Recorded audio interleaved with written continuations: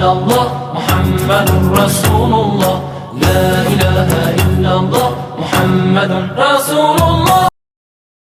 Kalau nanti akan terjadi hari Jumat pertengahan Ramadan, maka nanti akan begini-begini terjadi.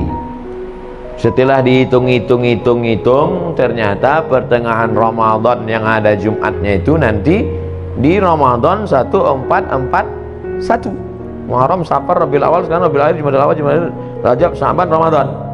Apakah itu akan terjadi seperti yang ada di hadis itu?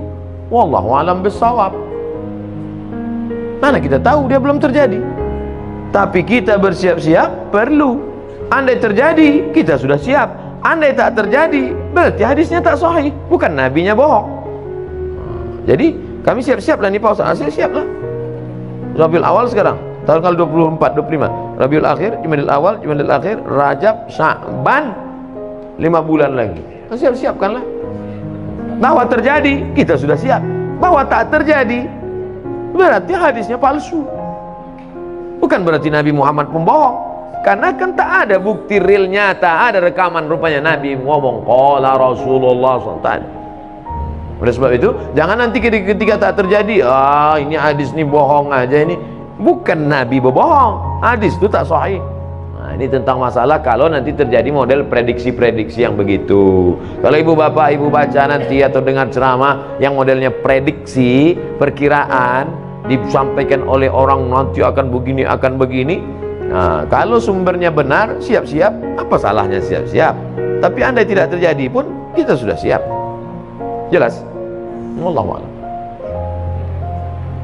Kemudian amal doa anak soleh, apakah itu masih anak yang kandung atau doa anak yang yatim yang Ibu kalau mendoakan saya, sampai tak doa ibu ke saya? Sampai, kita tak ada hubungan. Bapak kalau mendoakan saya sampai apa tidak? Sampai, tak ada hubungan. Makna anak soleh itu bukan membatasi hanya doa dia yang sampai. Makna doa anak soleh itu artinya amal Abdul Somad ada 3 yang tetap mengalir. Ceramah Abdul Somad ini amal dia apa tidak ini? Amal. Kalau Abdul Somad ngasih semen, ngasih batu bata, itu amalnya apa tidak? Amal. Anak Abdul Somad itu anaknya itu amalnya apa tidak? Kalau anak itu bukan amal saya tengok aja bini saya, mungkin lahir anak saya itu. Nah, begitu kasarnya, mohon maaf, beri maaf. Jadi makna anak tadi jangan diragukan. Ustaz, kami ini tak punya anak, cuma anak angkat. Mengalir. Anak tiri, mengalir. Anak orang, mengalir. Mengalir. Jangan takut tentang masalah. Yang tak punya anak, jangan takut. Anak asuh, anak yatim. Makna hadis itu mengatakan anak soleh artinya amal kita nih putus, tapi ada 3 amal kita. Sedekah itu amal kita, anak itu pun amal kita, dan ilmu yang kita ajarkan itu pun amal kita. Bisa dipahami? Insyaallah. Wallahu a'lam.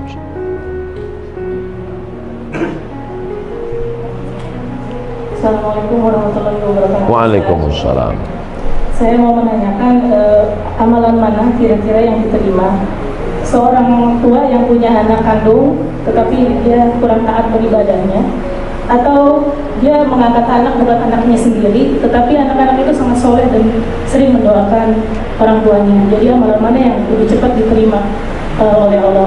Itu yang pertama. Dan yang kedua, saya mohon supaya Ustadz dan jamaah yang ada di sini nanti tolong mendoakan untuk kesembuhan saya. Nanti di akhir majelis kita doa semua untuk kesehatan, untuk husnul khatimah, untuk anak-anak kita dijaga dari narkoba. Nanti di akhir majelis. Punya anak kandung, kerjanya minum khamar, sakau, mabuk. Ada anak angkat, orangnya soleh. Kedua-duanya ini berdoa. Mana doanya yang lebih dulu sampai? Illalladzina amanu wa amilus shalihat. Semua manusia ini rugi kecuali orang beriman dan beramal soleh. Yang ditengok bukan anak kandung, anak tiri, anak angkat, tetangga, kawan, jiran, sahabat. Yang ditengok adalah soleh. Makanya Rabbi habli minas solehin. Jangan takut tidak punya anak, tak ada yang mendoakan. Jangan takut bahwa kita tidak punya anak, tapi kita didik anak-anak kita jadi soleh, baik, bagus, memang itu perintah agama. Tapi terlalu khawatir tak punya anak, jangan takut. Nah, oleh sebab itu maka doa sampai, doa kawan sampai, itu makanya kita suruh dekat-dekat dengan orang-orang soleh, berjamaah. Meninggal kita, saya insya Allah kalau mati jamaah di Surama ini banyak mendoakan. Tak ada pun doa dari tetangga, sahabat, kerabat, doa dari jamaah banyak doakan. Yang penting hablum minan nasnya baik, hablum minallah baik. Maka syarat dikabulkannya doa amanu wa amilus sholihan, beriman dan beramal soleh. Wallahu a'lam.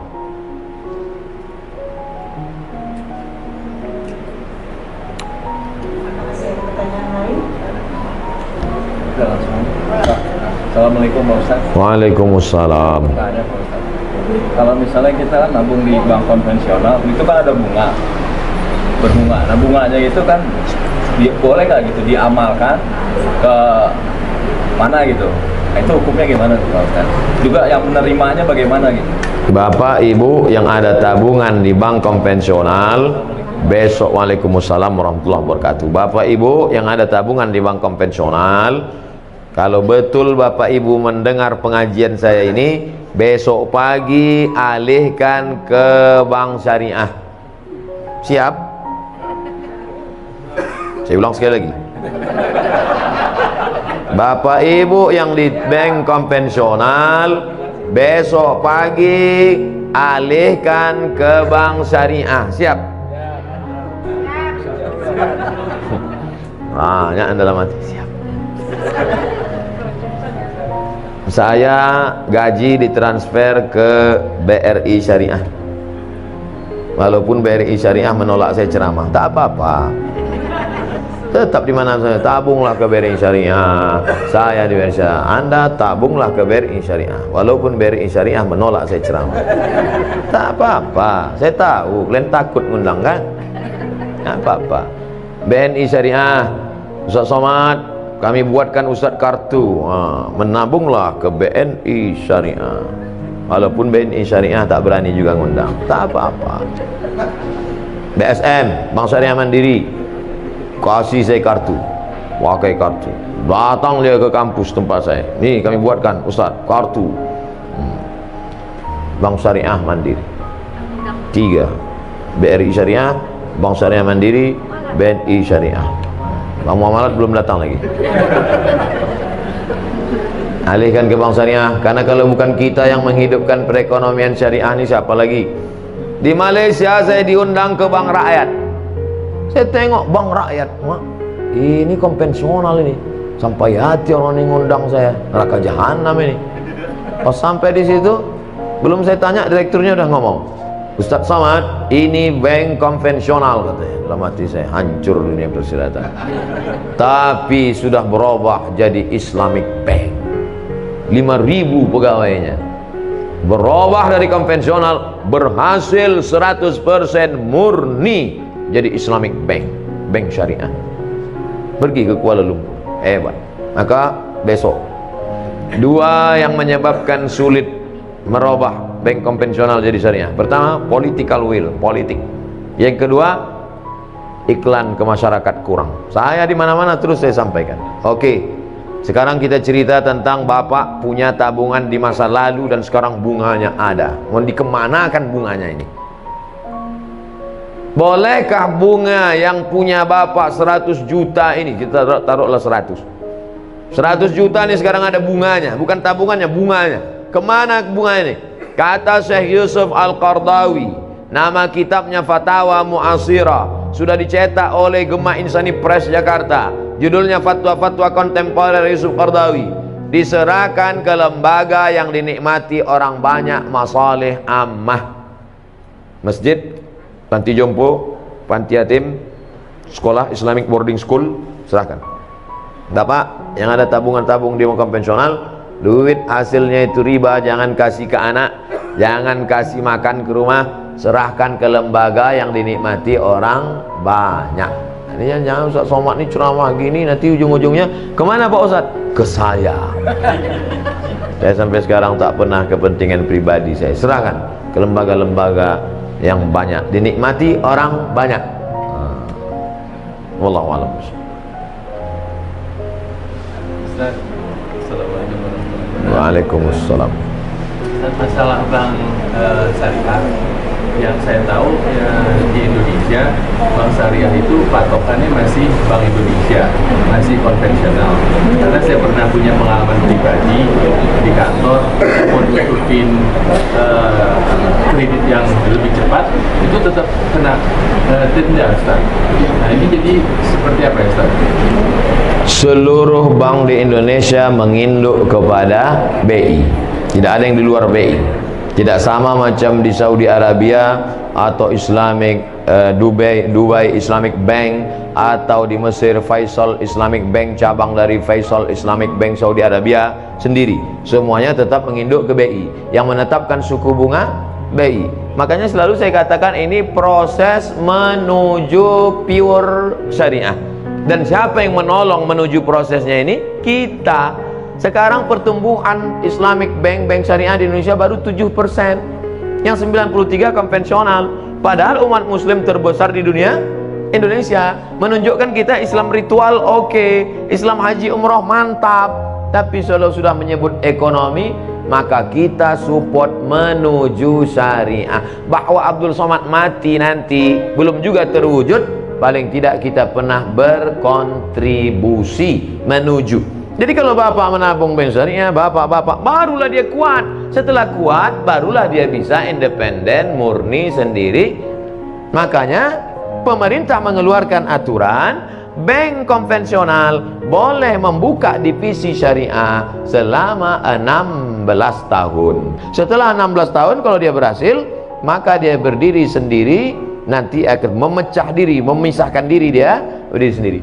Tapi tetap menginduk. Nanti tetap sampai pada puncaknya. Sekarang beberapa bank daerah, Nusa Tenggara Barat, BPD-nya, Bank Pembangunan Daerah, sudah jadi bank syariah. Aceh jadi bank Aceh, Riau insya Allah tak lama lagi, Sumatera Barat Bank Nagari itu akan jadi bank syariah. Setelah nanti ini banyak bank syariah ini bergabung besar, mungkin bukan zaman kita, zaman anak kita, zaman cucu kita, barulah maka tapi kita nanti ikut ditanya Allah Ta'ala, apa kontribusimu menegakkan bank syariah Indonesia?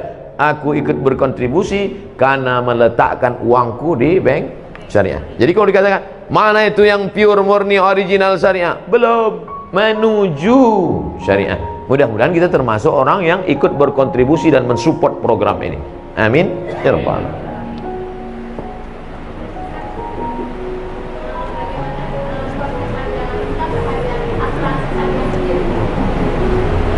Hukum asuransi ada dua. Yang pertama mengatakan asuransi itu haram. Kenapa asuransi itu haram? Karena di dalamnya ada gharar, gambling, judi. 10 juta, 10 juta, 10 juta, 10 juta, 10 juta, 10 juta. Batuk dapat 100. Tak pernah, flu pun tak pernah. Tak dapat, bertahun-tahun tak dapat. 10 juta, 10 juta, 10 juta, 10 juta kumpul.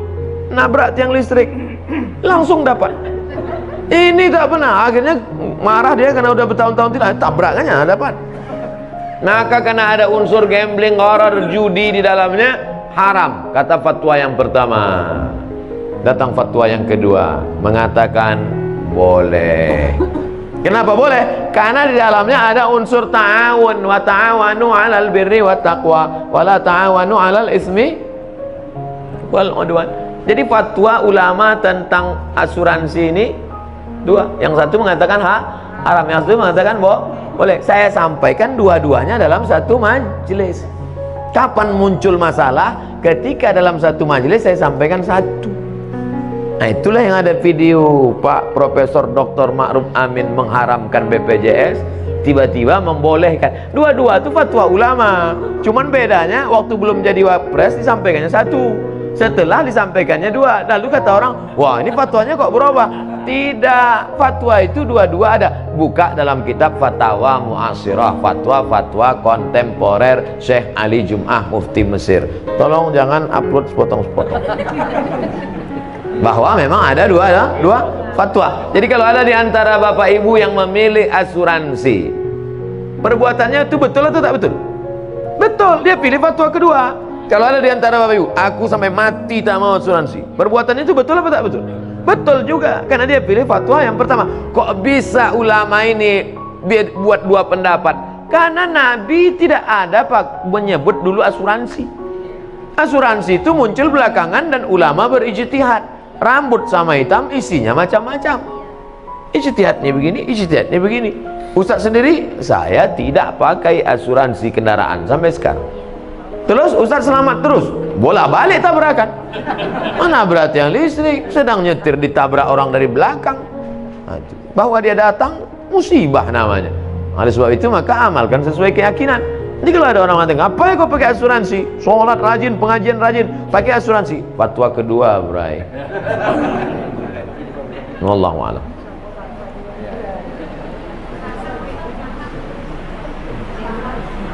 Ya Bu.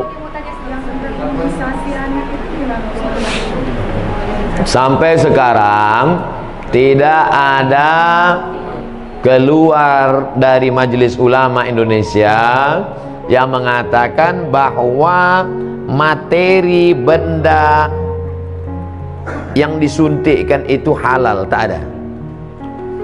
Ini kan ada fatwa halal. Ada tak halalnya nih? Oke, oke, halal. Halal. Halal ini isinya halal. Sedangkan itu suntik itu tidak ada yang mengeluarkan fatwa isinya itu halal, tak ada.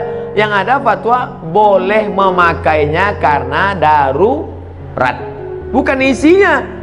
Boleh memakainya. Bedakan antara fatwa isi dengan fatwa memakai. Sekarang saya masuk ke hutan. Sampai di hutan tak ada makanan, yang ada cuman babi. Lalu saya telepon, Assalamualaikum Ustaz. Waalaikumsalam. Ini ada babi ini Ustaz, boleh tak saya makan? Kata Ustaz itu, ada kau makanan yang lain? Tak ada. Jadi pilihannya cuma dua aja Ustaz, mati sama babi. Makanlah babi itu. Apakah babi itu halal? Tidak. Sampai mati babi tak halal. Tapi memakan babi saat itu boleh karena darurat. Karena kalau tak dimakan mati sampai dapat pisang. Kalau udah dapat pisangnya kau makan babi lagi. Assalamualaikum Ustaz. Enak rupanya babi ini Ustaz. Jangan.